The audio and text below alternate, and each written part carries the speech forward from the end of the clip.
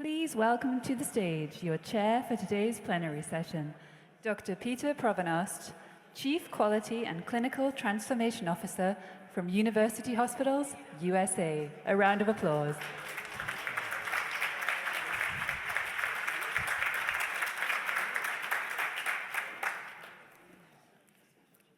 Good morning, everybody, and thanks so much for joining us here today.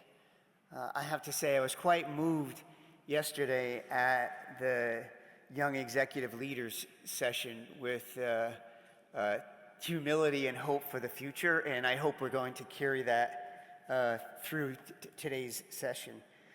Let me begin by introducing our just august panelists that we have here today. They're just an amazing set of leaders, and then frame up what we'll be discussing about. So our first panelist will be Miss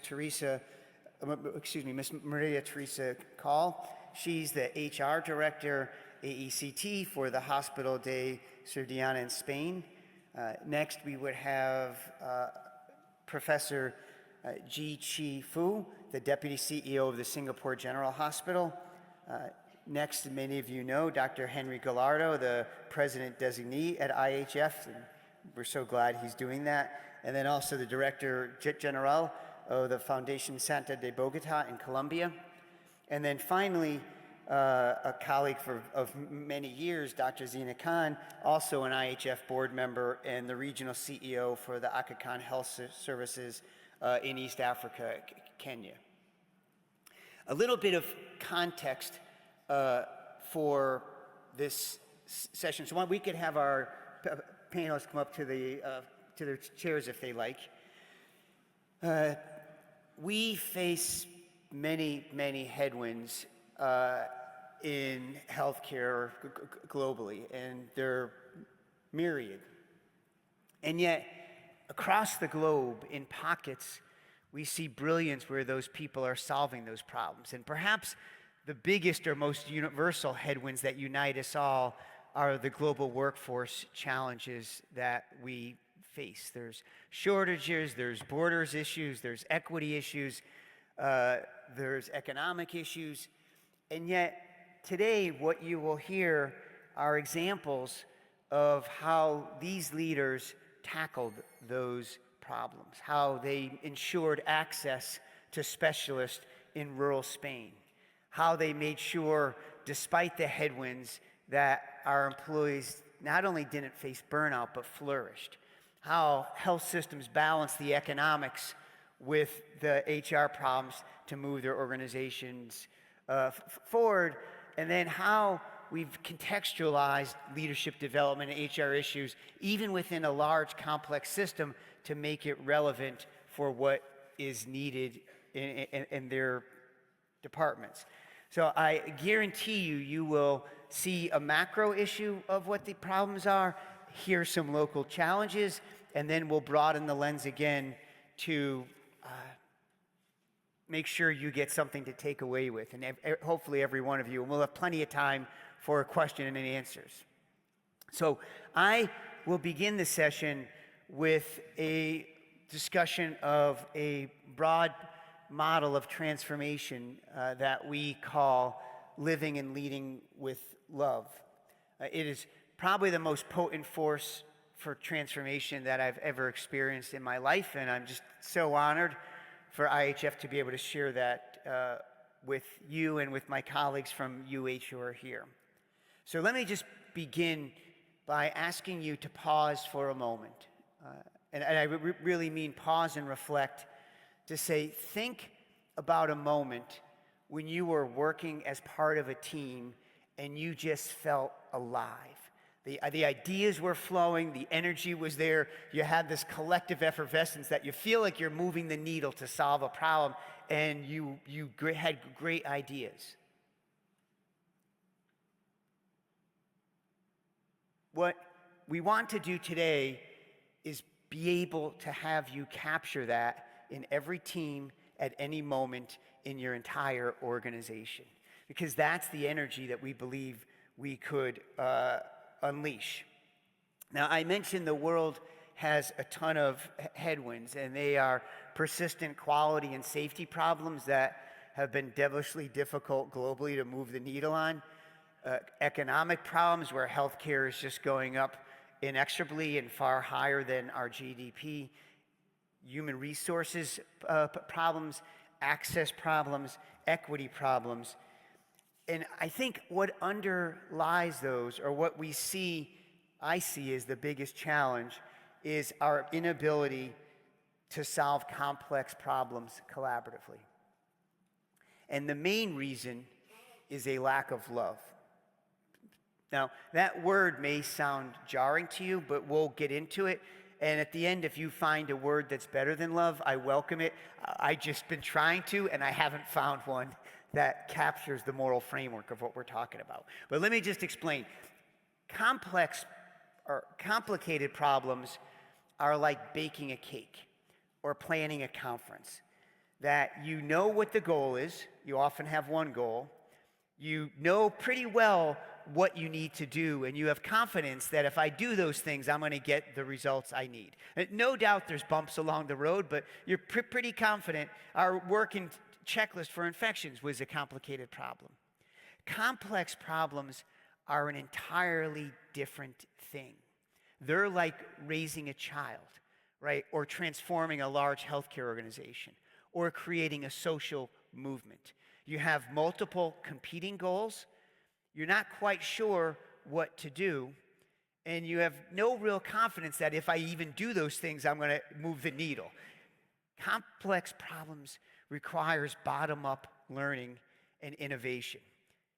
And yet we approach these complex problems as if they're complicated, imparting top-down command and control solutions that never work for complex problems. The answers are with the people, and you'll hear that in every one of our examples. And look what we've gotten from treating these complex problems, which is what we face as complicated. We still have, in the US, 750,000 people die or permanently harmed from diagnostic errors. 1 in 4 hospitalized patients harmed, and that's been the same for 20 years. Costs that are unaffordable. And what we see is the headwinds that are threatening every one of our organizations across the globe are blowing faster than the rate at which we're solving problems to address those headwinds. And all of us who are in executive roles know we see this every day, whether it's government issues, economic issues, workforce issues. They're inexorably growing, and we need to have better capabilities to solve problems faster. But you see, the thing is, these command and control solutions aren't going to fix that problem. They will not help us solve problems faster. Indeed, they will hold us back. But what will help us is love. So I see some eyes rolling, perhaps. So let me just explain that we've been conditioned to think.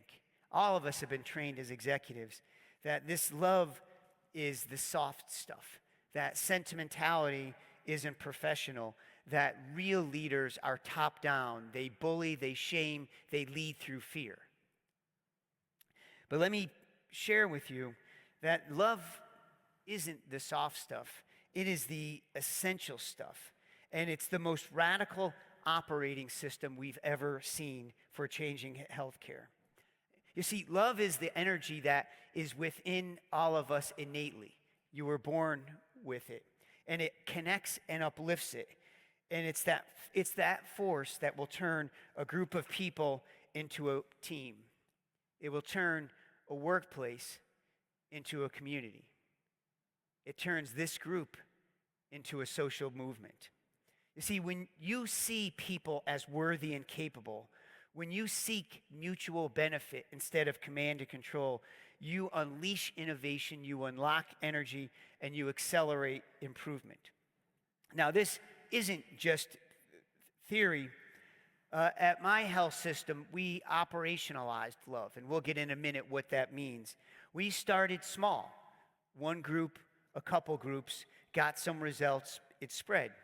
Got more results, it spread, to now it's across our organization, and it's just the way we work. And what happened? Well, we took annual wellness visits for 120,000 Medicare patients from 14% to 75%. That same population, 92% of them have their diabetes controlled and 90% have their hypertension controlled. We increased our shared savings, so reducing total cost of care from having 2 million of savings to now 55 million, and it's over 30% of our EBITDA. Sepsis mortality for 70%. Hospital sentinel events fell 75%. Surgery length of stay went from 6 days to 2.1 days by deploying ERAS, and there's countless other examples. From our HR perspective, our nursing turnover plummeted from around 24% to 16%, to 13%, and our overall turnover is 16%. And our employee engagement scores, which were kind of mediocre, are now in the top 1%. Indeed, what we see is even within that, pockets of managers who get this, who treat people as worthy of capable, just rocket it up. One of our managers in our home care group took their employee engagement scores from 55% people being engaged to now 87%. And across our transformation portfolio, it's overall at 88%. And that is love in action, my friend. But we see it not in the statistics. We hear it and see it in the stories. I got a letter from a woman who describes how she has a young daughter who gets physical therapy weekly from some pretty bad injuries, and she has three other daughters, and she said, when Teresa shows up, they all are at the window waiting for her. They're just bubbling with energy because they can't wait to hear her and see her, because she just exudes love. That when she walks in that room, they feel not judged, but they feel love and energy. That is the kind of love that we think scales. So what is love in leadership? What would you see if you're doing it? Well, I think it's really simple. Is we would see people being humble, curious, and compassionate. We would be respectful, appreciative, and helpful. And we would be accountable to continuously improve ourselves, our organizations, and our local and global community. But you see, too often that's not what we see. We choose fear over love, because I think fear and the separation that follows from it is the real enemy. We have fear of failure, fear of vulnerability, fear that if I share power, I might lose my power. And fear turns colleagues into competitors rather than collaborators, and it puts teams into silos rather than energy machines. But love dissolves that fear, and when love replaces fear, learning and innovation flourish. But unfortunately, that's not how most of us feel. Let me see if this connects at all to you or your organizations, because I shared this story with thousands of people in my health system and across the globe. There was a really simple experiment that some researchers put a flea in a jar, and they immediately jumped out. They're smart. They don't like being contained. None of us do. They then put a lid on the jar, and the fleas bonk their head an average of 2 times before they stop jumping out. They're smart. They don't like to bonk their head. But then they took the lid off the jar, and what they found is pretty profound. The fleas never jumped out again. They've been conditioned not to aim high, not to jump out of the jar. And I asked you, how many of you, or perhaps your employees, feel like those fleas in the jars, where you have ideas that could make a difference, that could solve some of these complex problems, but your voice isn't heard? Let me see a show of hands. Yeah, it's the norm that we feel. And just think of that potential wasted energy. So we built our model of transformation to change that, and we call it Believe, Belong, Build. It's based upon well-developed theories in the literature for decades that say organizations where every employee connects their purpose to the organization's purpose perform much, much better. But in healthcare across the globe, 85% on average aren't connected. Organizations innovate and flourish where everybody's voice is heard, but they're not. And organizations perform better when they have disciplined management and shared accountability system, but that isn't the norm. So our model really builds upon that, and we call it Believe, Belong, Build. Believe is this idea that every employee is worthy and capable, and their number one job is to improve value. What they were hired for is their second job, and they need to be unleashed and empowered to do that. I learned this in a radical way where after we reduced catheter infections globally, after a little girl, Josie King, died, and we got about an 80% reduction in the US and several other countries, and we got curious to say what was magical about this. And so we interviewed clinicians to find out what changed. And across the globe, everybody said the same thing. They said, before we started, we used to think harm was inevitable, and I was powerless to change it. We'd hear, I'm just and fill in the words. I'm a nurse, I'm just a doctor, I'm just a manager, I'm just an equality person. But what changed is this belief that no, these are preventable, and I am powerful. And that power is scary. But that belief is the roots, if we use a tree metaphor, that gives us the energy. The second part is belonging. And that's this idea that every voice matters, that everyone has to have a seat at the table. And we operationalize that really simply. We say whatever project you're working on, whatever role touches that, has to have a seat at the table. And whatever site of care it's delivered, they need to have a seat at the table because this won't work. Now, let me give you a concrete example of how that is played out in really simple terms. We were trying to reduce blood clots. As you know, they kill an awful lot of people. And one of the technologies that we have are these compression boots that squeeze air, but they have a design flaw. They need to be connected, and you can't walk when they're connected. So when you get up to go to the bathroom or move around, they're disconnected, and we need someone to remember to reconnect them, but there's no visual display. It's a silly design. So across the globe, about half the time, they're not connected.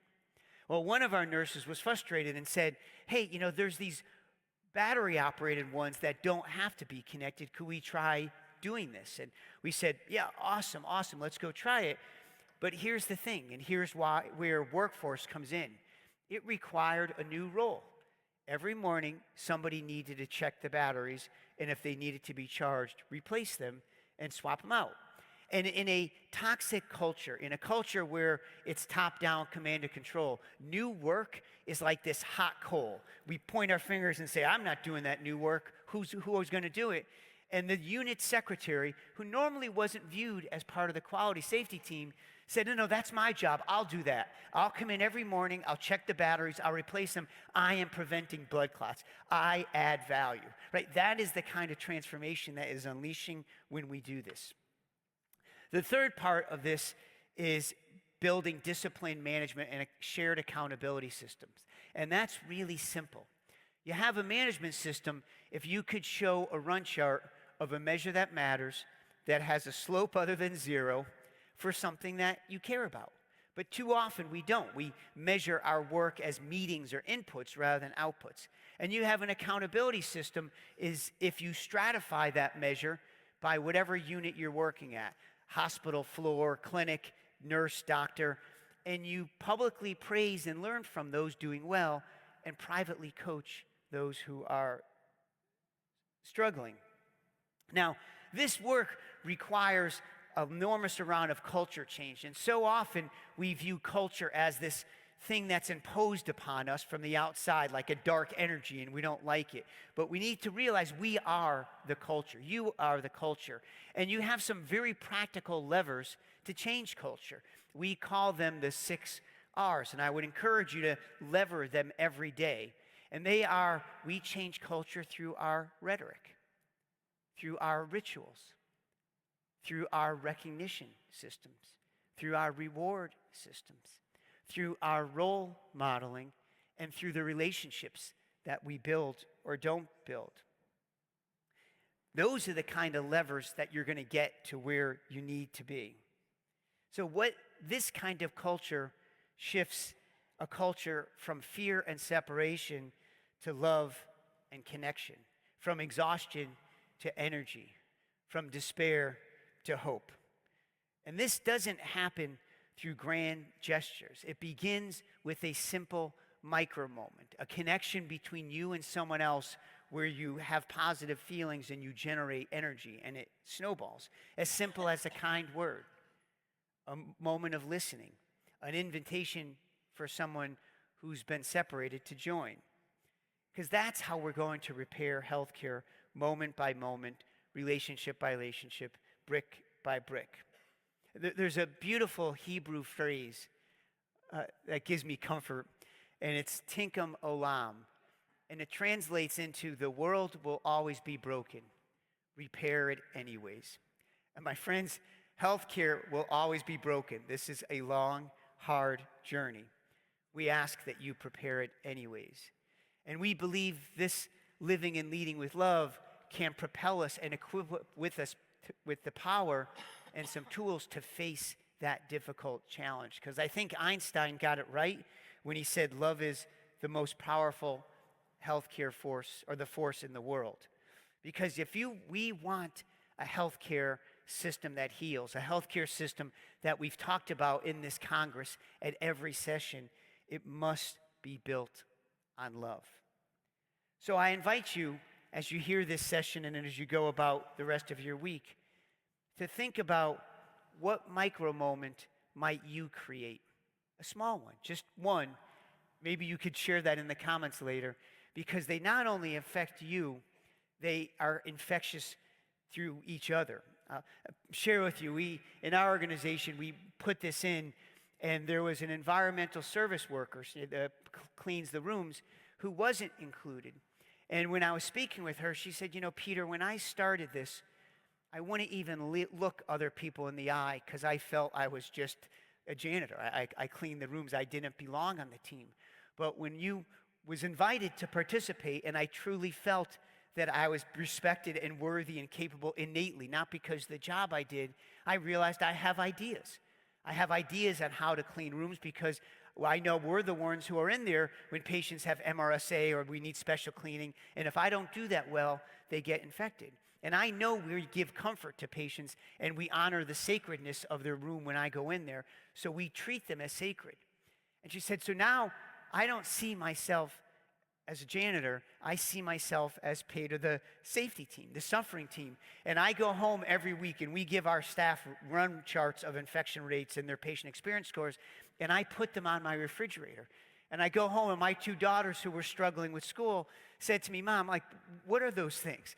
And she said, oh, these are infections. This is what I do. I prevent infections. And look, I help heal patients suffering when they're in hospital. And her daughter's like, Mom, I want to go into healthcare to be just like you.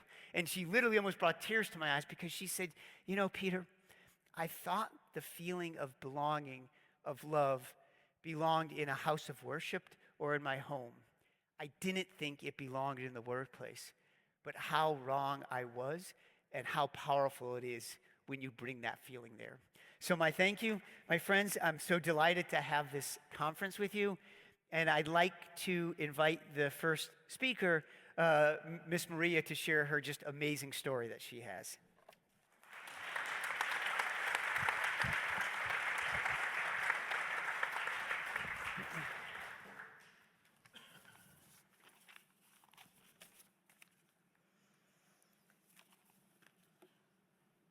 Good morning, everyone.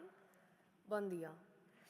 I'm here to talk to you about our tiny hospital in Pyrenees. And first of all, we have to look on the map where our hospital is located.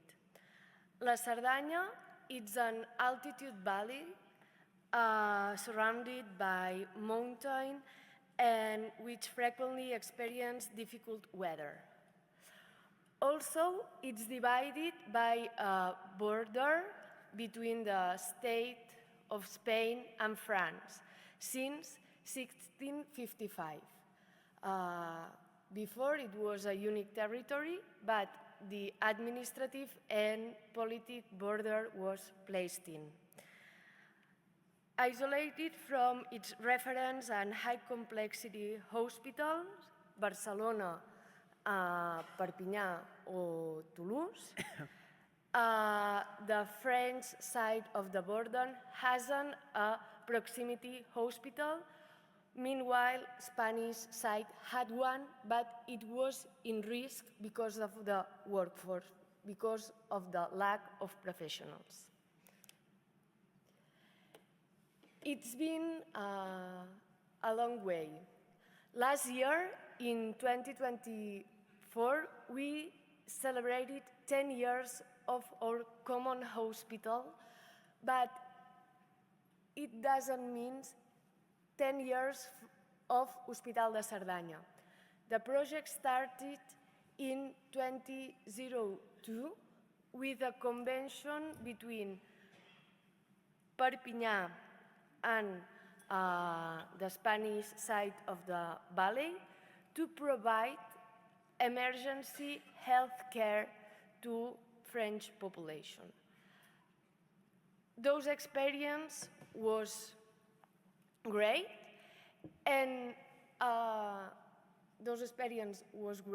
and both parts had an idea to share a hospital. It was not easy, and we had no tools to develop that. But in 2010, a juridic formal European Agreement of Territorial Cooperation was settled by the European Parliament and the Council. And then we had the tool to make an enterprise between two European states. So then we had a common hospital which was nor Spanish nor French, it was shared. There's just one hospital and one building, but there's inside also one way of work or common way of work that we built along these 10 years. Well, this is our lovely village that I wanted to share with you. Before talking about the challenges related to cross-border mobility, we faced governance challenges. We thought that our governance must be led on the territory. We couldn't lead the governance of our hospitals to the big administrative centers in our countries. We faced cultural differences. It was not about the language, because you can learn a language. Or as a Spanish people, we learn French from our colleagues, French people, and on the opposite. But what is true is that our sanitary systems are different. Families from France, families from Spain, usagers, we do expect different things from our public healthcare system. And employees or teams, we do expect different things from work. And we faced those cultural differences by listening to each other and by taking decisions, not attending to majority or what majorities says attending to agreements. It's hard. It's, you have to spend time on listening to everybody, but everybody has to feel included in this project. And the last challenge is legislative one. And you could say, you've told us that you have the tool to create your enterprise. We had the legislative tool to create our enterprise, but we don't have our legislative tool to manage our work teams. This is a map of IGER management in our hospital. We talk about taxes, we talk about social contributions, and we talk about work authorizations. As you know, sanitary professions are regulated, and each country has its own regulation. So we have to convalidate diplomas. There's a huge amount of administrations which sometimes have opposite interests. And us, the hospital workers, we are on the middle of all of them. And what we've learned, although they are working under the same purpose, workers are experiencing differences due to their nationality or country of residence. For instance, if you have two jobs, one in each side of the border, your social contributions are or could be different depending on the country you are living on. This situation does not only concern to Hospital de Cerdanya. This situation concerns all the cross-border enterprises, but Hospital de Cerdanya is the largest one and the one who provides a real service to the population. So we think we have an engagement to all our workers, and with the others European Groupment of Territorial Cooperation, we have proposed to create new legislation to regulate workforce. So neither French nor Spanish labor law applies, but European one does. Should we create it? And as I said, we propose to harmonize IGER politics around the cross-border workers. We are not thinking especially about salaries, we are thinking about social profits, retirement, taxes, and social contributions. As we say in Sardinia, you love what you know, and I hope that you know a little bit of our cross-border experience, so you could love it a little bit. Thank you very much. Thank you.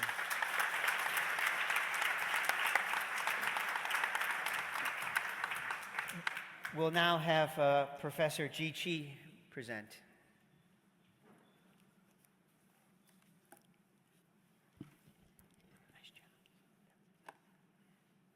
Good morning. It's an honor to be here at the World Hospital Congress, representing Singapore General Hospital and SingHealth. At SGH, we believe that patients are the heart of all that we do. However, in order for us to provide the best care for our patients, we must first care for our people, our staff. The well-being of our staff is not a side issue. It is mission critical, and it must be our highest priority as hospital leaders. And sometimes, caring for our people starts with something surprisingly simple. We call it growth, getting rid of silly stuff, removing the unnecessary burdens so that our people can focus on what truly matters, the care of our patients. No matter which part of the world we come from from Singapore to Switzerland, all of us recognize silly stuff when we see it. We don't have to explain what it means. And would you agree with me if I said that one of the challenges of healthcare workers is that there's just way too much silly stuff in healthcare today? A brief introduction to Singapore General Hospital. We are Singapore's oldest and largest hospital, established in 1821. Today, we are a 2,000-bed academic medical center with over 11,000 staff serving over 1 million patients every year. We're proud to be consistently recognized as one of the world's best hospitals, but we know that true strength does not lie in technology or infrastructure. It lies in our people, our most valuable and precious asset. Let me introduce our staff well-being journey and strategy. Before the pandemic, the well-being of staff was largely decentralized to various teams and team leaders. We assume that well-being healthcare workers, we should all know how to take care of ourselves and each other. Isn't that right? Through the pandemic, we realized that the well-being of staff cannot be left to chance. It has to be intentional, it has to be systematic, and it must be a leadership responsibility. So we set up the Staff Wellness Office to drive this change.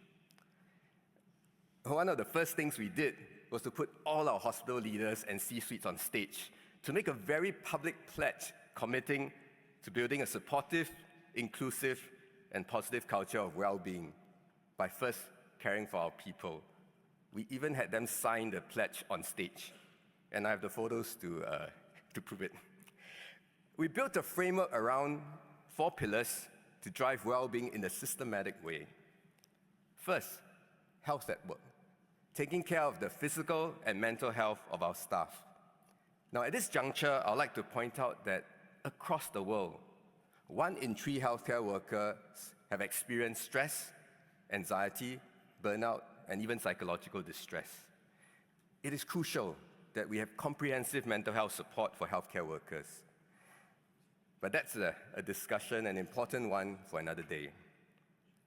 Our second pillar, family at work, creating connection and belonging, because teams are stronger together. Our third pillar, transformations at work, improving our work environment and work processes. This includes protecting our staff against abuse and harassment, ensuring that there's good career development and growth, and getting rid of silly stuff.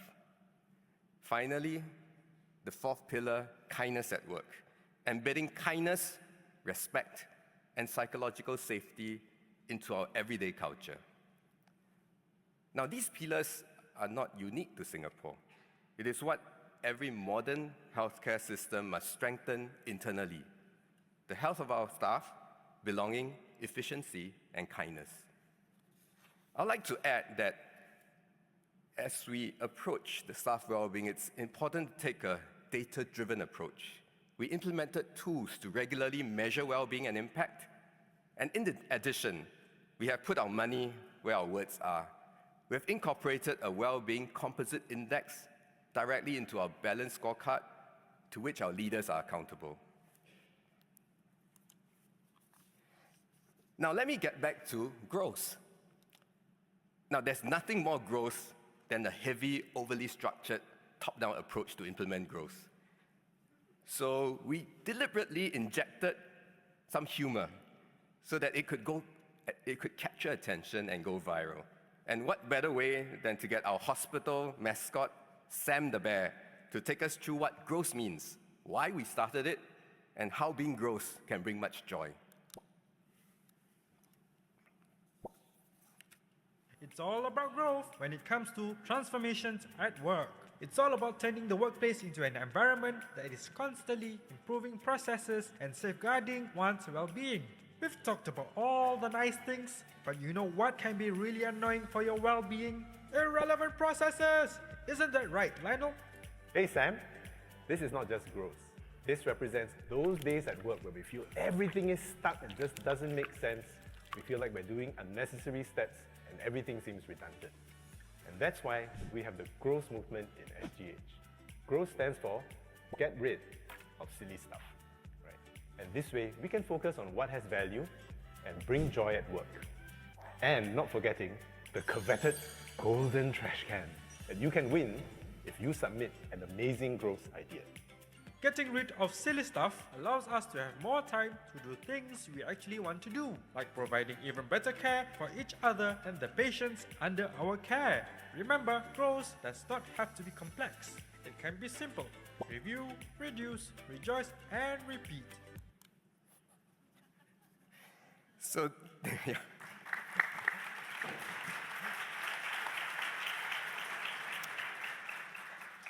Thanks to Sam the Bear. That was his version of growth. Light-hearted, but it captured a real truth that our staff working on the ground feel very strongly about. Small frustrations add up. Meaningless work causes fatigue and much burnout, and removing them matters.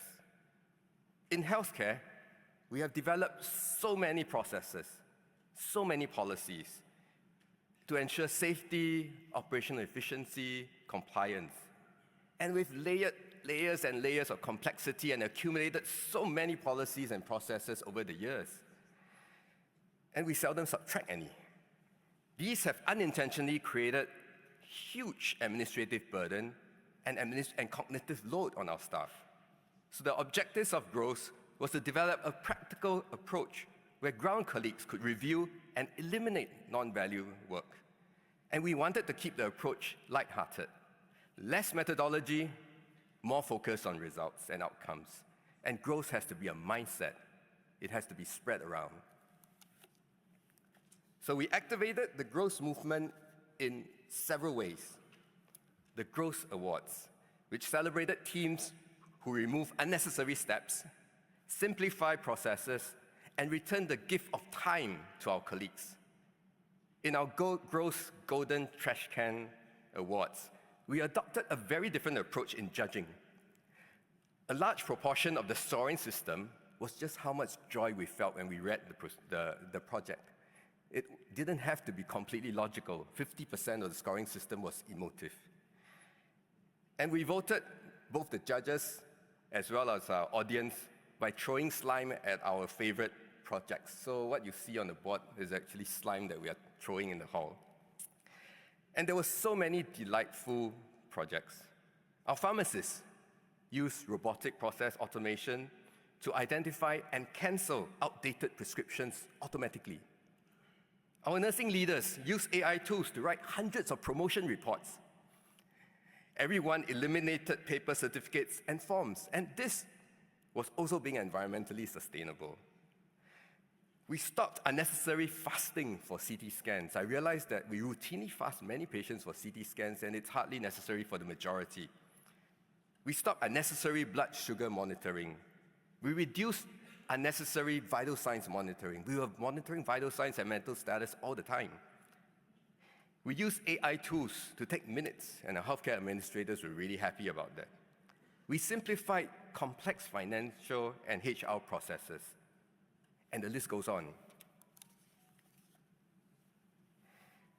We realized that many of the growth projects use technology to simplify processes and to save time. So earlier this year, we had a spin-off, Digital Growth. We call it Digitalize to Delight. We built a community to share IT and technology hacks and learn best practices, and also, along the way, increasing digital literacy and acceptance at the same time.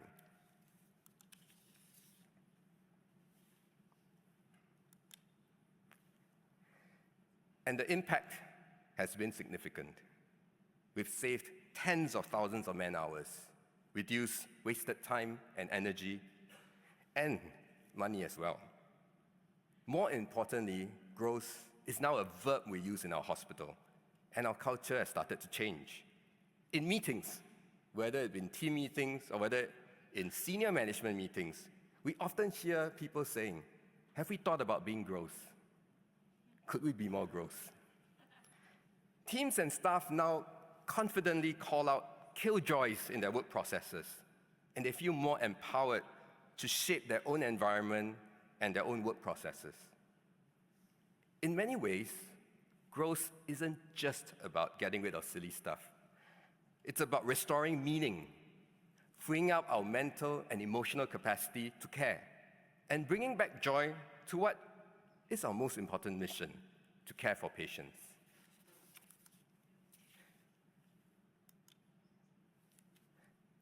I would like to end by saying this: growth is simple, and growth sparks joy.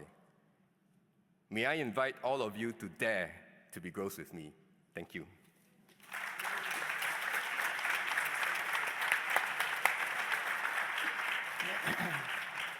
We'd now like to call Dr. Gallardo to present.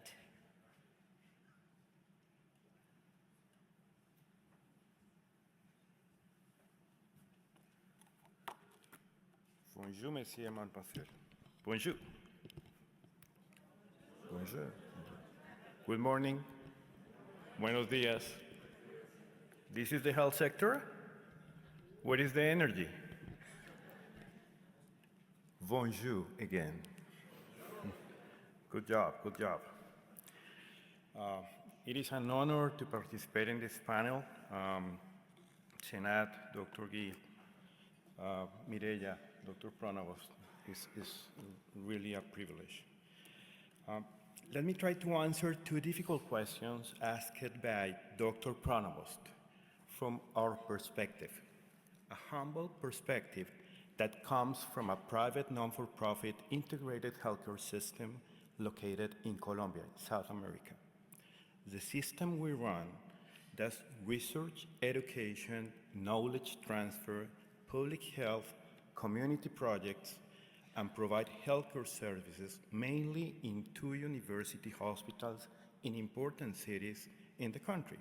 One is in the city of Cartagena, Caribbean region, a different culture, and the other one is located in Bogota City, a city of 11 million people. Our organization was the first JCI accredited in the country, and we have managed to certify 20 clinical centers of excellence, also by JCI, becoming the entity with the largest number worldwide. We are 5,000 persons in our family, in our Fundación family. The first question is here, a simple one, Dr. Pronost. How can leadership foster a culture of caring throughout the organization? Of course, I'm kidding. It's not simple. Let me move this way. We truly believe that to inspire and maintain a dynamic organization fully dedicated to serving in health and generating value to society, it is essential to align strategy, culture, and people. Establishing a strategy that responds to a higher purpose is fundamental to guarantee that our people connect their life purposes with the main goals of our institution. So, in this way, people choose, they believe on, to transcend their own interests to contribute with their efforts to a greater purpose. We function based on the concept of generative leadership. But the most important ingredient is related to the way leaders act, the way leaders lead. If we all do it in a coherent manner and at the same time give example with each decision we make, or in simple things like collecting a paper in a hospital hallway, we are building the correct culture. Now, if the leaders prioritize the well-being of their staff, like you do with Ross, Dr. Gui, the workforce that will be the cherry on if we prioritize the well-being of the workforce, that will be the cherry on the cake. The cherry on the cake is not a simple sentence for me. At the end, we are people serving people, and it is impossible to serve under adverse conditions. Managing these three fundamental aspects consistently will certainly build a sustainable model where person-centered care is a cornerstone for collective success. In this context, the leader sets the direction, ensures the how and the why, always putting priorities there, looking for results, using the right how and the right why. Also reflects the culture and accordingly leads by example, makes decisions focus on the higher purpose, understanding that we are people caring for people, people serving people.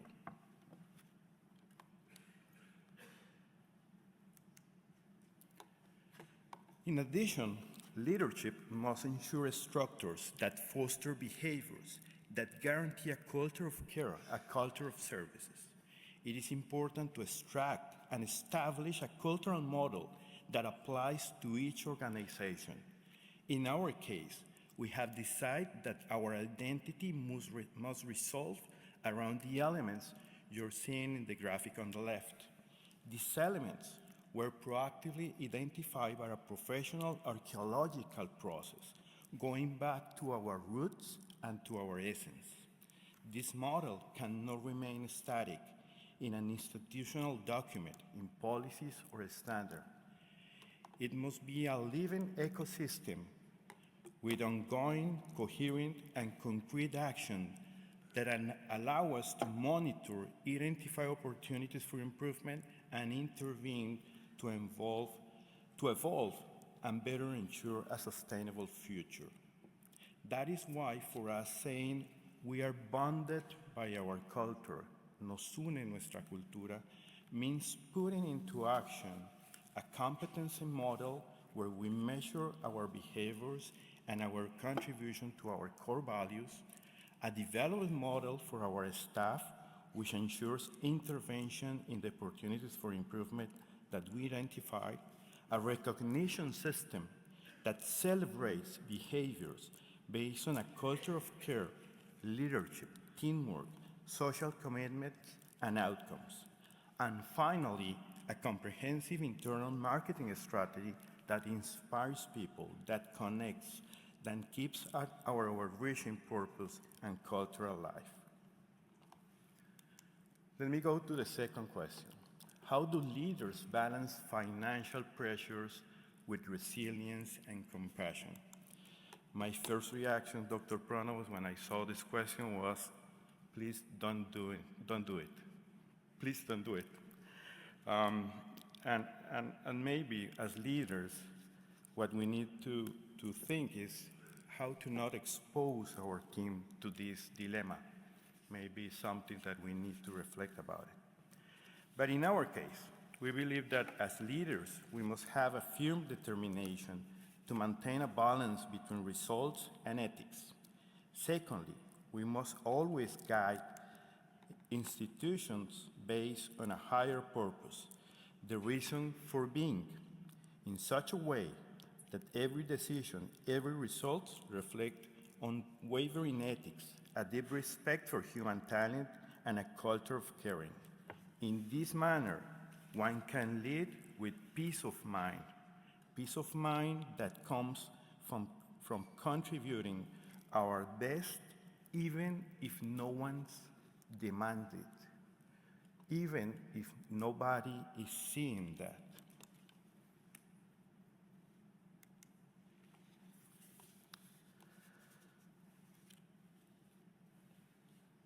Again, leadership must create structures or frameworks so everyone in their daily work clearly and consistently understands what constitutes a valuable result. In our case, we have defined value creation as a result that must balance ensuring the best possible experience, empathy, care, humanism, etc., guaranteeing the best outcomes, and using resources efficiently. with the firm purpose of contributing to a sustainable development while creating value. In conclusion, balancing financial results with empathy and compassion involves strengthening a person-centered culture that guarantees caring experiences for employees, patients, families, and communities, ensuring a shared purpose to achieve exceptional results that generates pride and contributes value to society, creating a safe, healthy, and supporting environment for people, environments that embrace diversity, promote innovation and creativity, and foster the commitment to bring them to fruition. At the end, what is important and relevant is what our people think and what they express. Let's watch this video.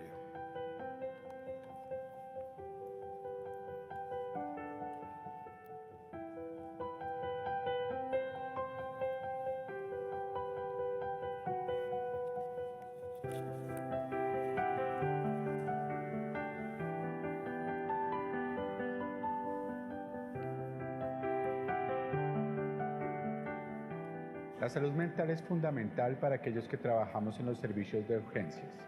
La presión constante, las largas jornadas y la carga emocional nos llevan al burnout, afectando no solo nuestro bienestar, sino a las personas que cuidamos. Cuidar nuestra salud mental no es algo opcional, es algo esencial para una atención con compasión y efectiva para el cuidado de nuestros pacientes. Es por esto que el programa implementado por la Fundación Santa Fe de Bogotá de Nos Cuidamos para Cuidar es tan importante. Ha cuidado a nuestro equipo para ayudar a cuidar a nuestros colaboradores. Mi crecimiento personal y laboral ha sido grandioso. Llevo más de 20 años en esta institución. Fue mi lugar, mi casa, donde creció mi hija y donde he aprendido a ser mejor persona, mejor ser humano y mejor líder. Creo que he logrado impactar en la vida de mis colaboradores, pero también de mi familia. Y tengo la gratitud eterna por esta institución que me ha visto, me ha permitido crecer, pero también he crecido con ella. Cuando el colaborador está en una organización que se preocupa por su ser, que se preocupa por la persona, que se preocupa por el trasfondo, en donde hay familias, en donde hay personas que dependen, en donde hay su contexto social, allí existe la verdadera magia y el engranaje de que una persona haga su trabajo feliz. Y en este caso, hacer su trabajo feliz es entregar el servicio a la vida de los demás.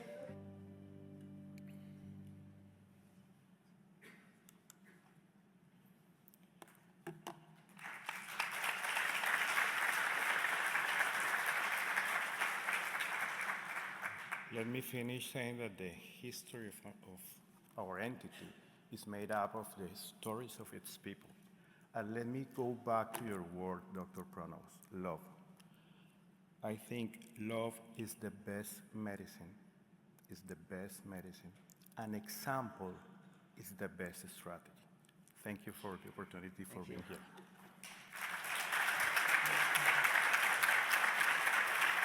Nice job, Eddie. We now invite Dr. Khan to present. No pressure. Good morning, everyone. I'm going to talk about my institution. Oh, no, I want to tell you something about it. I'm going to talk about Aga Khan Development Network, my institutions. No jazzy computers. It's going to be people's story. So I'm going to give you our story coming from Africa. Who are we? Not for profit. Continuum of care. Access is a huge agenda for us. Relevance in the communities where we work. Quality, quality, quality. Education, healthcare, it doesn't matter. Quality is our mantra. And sustainability. Financial, and of course, net zero. You can see this is what I am judged on. This is what we as a team are judged on. No pressure at all. Who do we need to ensure that we meet our objectives? Where do we live?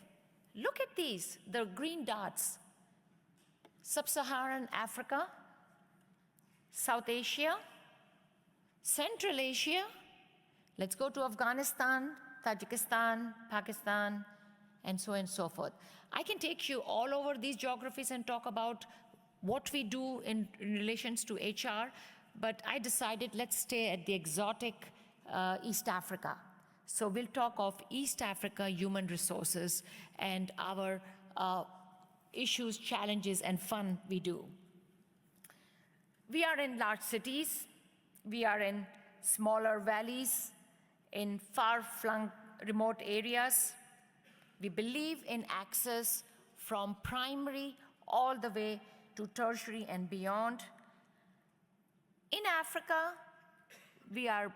it's a big, well-knit network for us. 7 hospitals, 2 million patients seen, and so on and so forth.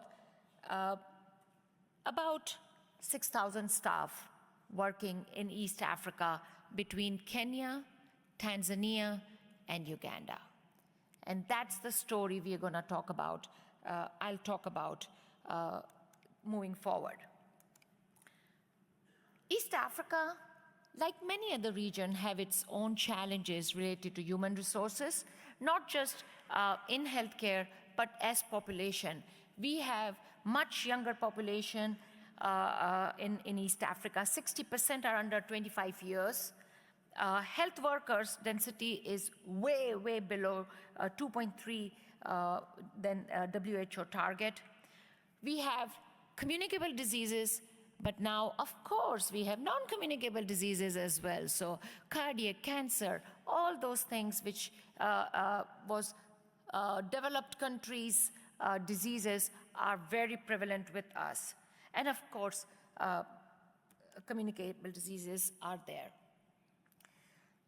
Some of the key challenges we have is if you look at healthcare, we are not just a medical or a surgical anymore. We have gone into subspecialization to the nth.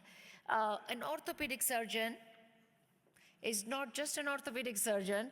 We have long bones, small bones, and the small ones are for feet and the toes and the fingers.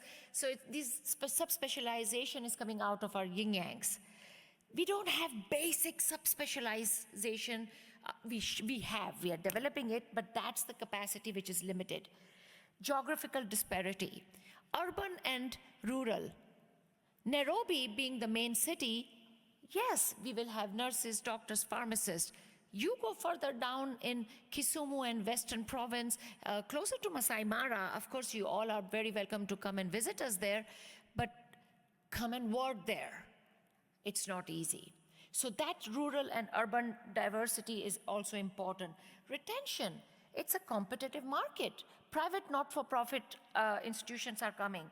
And let's not talk about global north, very keen on us in global south, because that's where we all want to move toward the greener pasture. Turnovers, burnout, and geopolitical situations are also quite prevalent there, which affects us. So how did we manage and how do we work around it? And Peter, I felt love. Not knowing Peter. Believe, belong, and build. That's our mantra when we are dealing with our human resources. Otherwise, we will not be able to do it. We will fail if we don't believe in ourselves. Our staff, they are our backbone. And that is so important for us. We put our money where our mouths are. We put our funds for our staffing. We ensure that we try, of course, not always. We want to be the employer of choice. The work environment, the culture in the institution, all these things is as leadership we believe we want to achieve. And for us to achieve that, we look at our staff. I am emerged as a leader, gentlemen, ladies and gentlemen. I am looking for emerging talents, and we have emerging talents. These are the future of our institutions, and that is so important for us to do. Believe in our staff, in our young generations who will take the institution beyond. We also believe we cannot just focus on doctors, clinical. We got to do clinical, non-clinical together. Because a lot of time we push one part and the other crumbles down. So today, being JCIE accredited in Nairobi, Dar es Salaam, we are very multidisciplinary, clinical, non-clinical leadership development focused. Culture of caring, culture of safety, all these go hand in hand. We belong, our staff belong. We party, we love our dances in Africa, guys. So come over and we'll do that. And family, and we heard from our colleagues talking about how important it is to look at our staff as human beings, their families, their well-being, their kids. Nurses coming in East Africa, when they are coming, we walk for an hour. And, you know, in the morning, leaving home at 5:36, coming there, then leaving at 6:37. Human beings need to be treated and felt that they belong to this institution. And I think some of those things is what we do very well to keep our staff together. And building capacity and building alternatives. Capacity is so important for us. We have done, in our budgets, we ensure that we have budgets for our doctors, nurses, pharmacists, quality initiatives, fun activities, all those good things. But they are not short-term fixes, guys. We have 5 years plan for human resources. In 5 years, we want to do something. What is our 5 years physician recruitment, physician development, nursing recruitment, and so on and so forth? It is not one-day job. And that is what we work on. And we have tapped into so many amazing global north resources which are available to us. We have university, so of course our postgraduate, undergraduate is all there. I want to share one small, a great story of one of our... My name is Dr. Elizabeth Kuta. I'm a pediatrician and a neonatologist based at Aga Khan Hospital, Kisumu, which is part of the Aga Khan Health Services. I joined Aga Khan way back, started off at the ER, emergency department as a medical officer. Then I was sponsored to do my master's in pediatrics and child health, which I undertook at Moi University. I was sponsored by the hospital. I completed, graduated, and then came back to work as a pediatrician at the hospital, where we would attend to patients below 18 years as outpatient and inpatient. I later on furthered my education, joining Aga Khan University Hospital to do my fellowship in neonatology, which I completed last year, and returned as a neonatologist to start my practice in neonatology at Aga Khan Hospital, Kisumu, being the first neonatologist in the Lake region. So we set up this neonatal intensive care unit, which has been up and running from last year, taking care of extremely premature babies and bringing the service close home. We've had many success stories. Mine is to appreciate Aga Khan Hospital, Kisumu. Liz here is a story of many of our staff. Started as medical officer, moved all the way, took time, took nurturing to be the first ever neonatologist in the Lake region in Kenya. Ladies and gentlemen, that is what we work on, is short-term, yes, but long-term sustainability of our human resources. We worked on many other strategies of alternative. We don't have all the healthcare subspecialization. We look at tele-ICU, teleradiology, and so many other strategies, which I'm sure you guys are all aware of. Many lessons worked. What worked? Lessons learned. What worked and what did not work. We cannot think of cookie cutters. Something which worked in North, something which worked in Nairobi will work everywhere.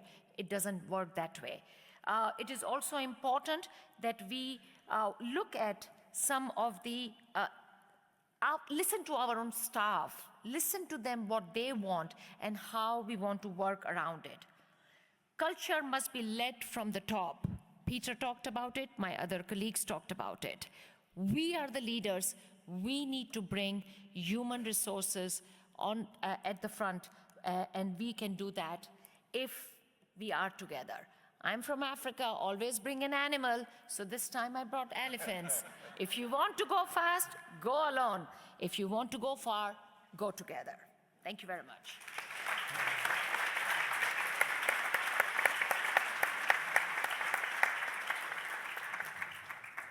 Wow, thank you. Those were just breathtaking and so much insightful wisdom in there. We're going to have some moderated questions with the panelists, and we'll have time for audience questions also. But to set the context, that if I could summarize what we just heard, how exciting it was, it's probably best summarized by this Maori proverb that says, what's the most important thing? He tignata, he tignata, he tignata. It's the people, it's the people, it's the people. So let's get into some questions. Maria, you shared when we were working this breathtaking story about, despite how remote you are, you maintained access to specialists in your area that was just breathtaking. So I wonder, maybe speak a little bit about how you did that and what might be lessons others could learn. Thank you for your question. We learned an important lesson, and it's related about governance. At the beginning of our hospital, we thought that to maintain our own governance, we had to recruit all our specialists. It was hard work, and it was almost impossible. So we start to make alliances with bigger hospitals, so we can share professionals and we can have a win-win. Some professionals from the city come a few times a month to the countryside, and we let our professionals to go to formation or to pass sometimes to bigger hospitals. So that's a balance that work on our case. Well, thank you. That's brilliant. So the theme of cooperation comes out, or as you said in your talk, which I loved, it's about agreements. Again, when we were speaking, brilliant examples of things that you've done to improve burnout. And then maybe if you could say what proved most effective in that this audience may be able to take home with them. Well, I think that it started with really leadership responsibility being taken for well-being. And I think that in any approach towards burnout, we have to be comprehensive. There's really no one single solution that will resonate with all professional groups. So our four-pillar approach has turned out to be rather effective. That's great. Yeah, I think you're right. There's so much context to it. Henry, let's turn to you and your passion for leadership and the compassion of your people is truly palpable in here. And I wonder if many leaders in this audience are working in large systems like yours. So what would you advise them if they want to either get on or accelerate their journey? Repeat that one. I would say, what might you advise the audience if they wanted to move along your leadership journey of compassion and focusing on its people to, to improve the culture in their own organizations? I think, Peter, that leaders must be very close to the people,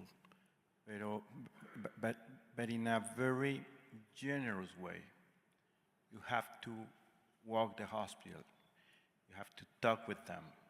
You have to see your agenda and measure how many times you spend talking about HR.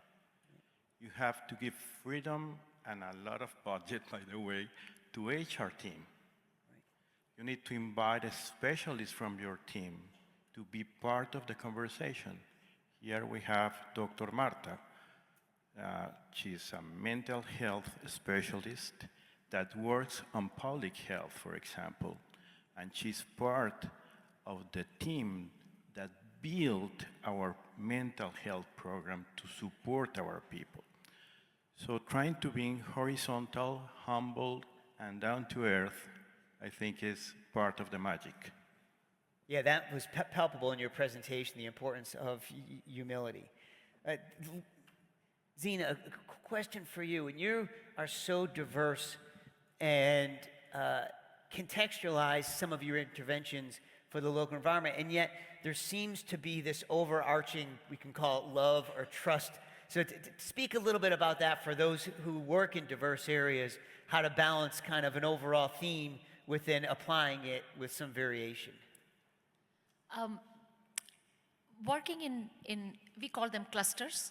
Right. So I work with multiple clusters, and assuming that something which worked in my Nairobi cluster will work in Dar es Salaam or Uganda or Pakistan or somewhere else, doesn't happen automatically.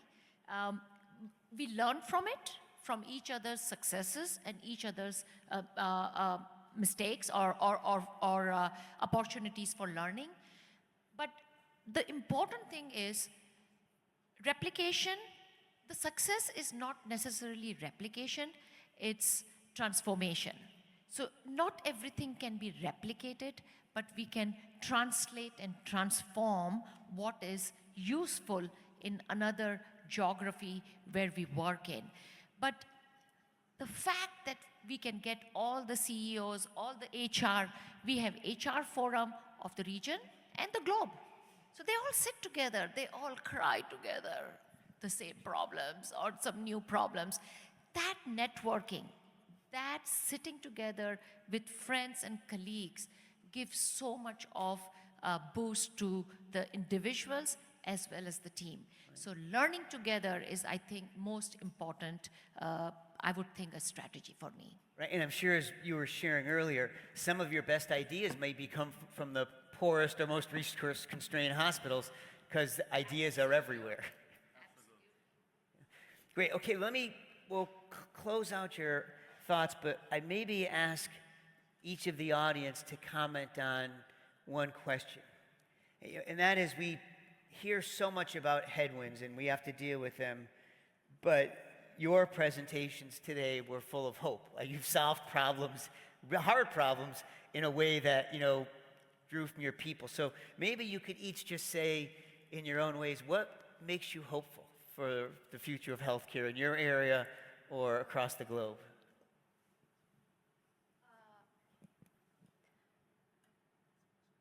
I think that's one word that defines our institution. It's cooperation makes efficiency. So that's all.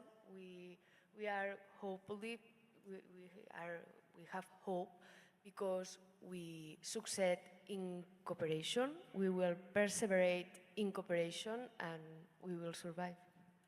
I love it. Just like animals or all societies have done for millennium. G? I think when we peel away all the stress and all the different processes and procedures, truly we find kindness everywhere amongst our staff. So I think that there is much hope because I think the premise is that people come into healthcare because they want to help others. And I believe that has never changed. Yeah, great, thank you. Edward? I'm the optimistic guy always. So I'm positive about the future. And one factor that impressed me more is that we keep having vocations of service. We have young people that loves to get early to the hospital, get into the OR, find something to do, talk with the patient, follow the checklist, the basic checklist at the OR, et cetera, et cetera. So young people is doing better in that way. And what impressed me in addition is in my generation, we used to work by silos. We were designed as hospitals as the structure of a medicine book, you know, cardiology, gastroenterology, et cetera, et cetera. But now they're working together. They are so horizontal. They're delivering line services. They're taking care of the person. So if we move in that way, I will keep my optimism. Thank you, thank you. Zena? My hope is people, human resources. The people who I work with, they are the hope for me. I am very convinced we can meet any challenge because of my team. The wonderful team which we have, people, is the hope for me. Oh, beautiful. So you have a bunch of leaders who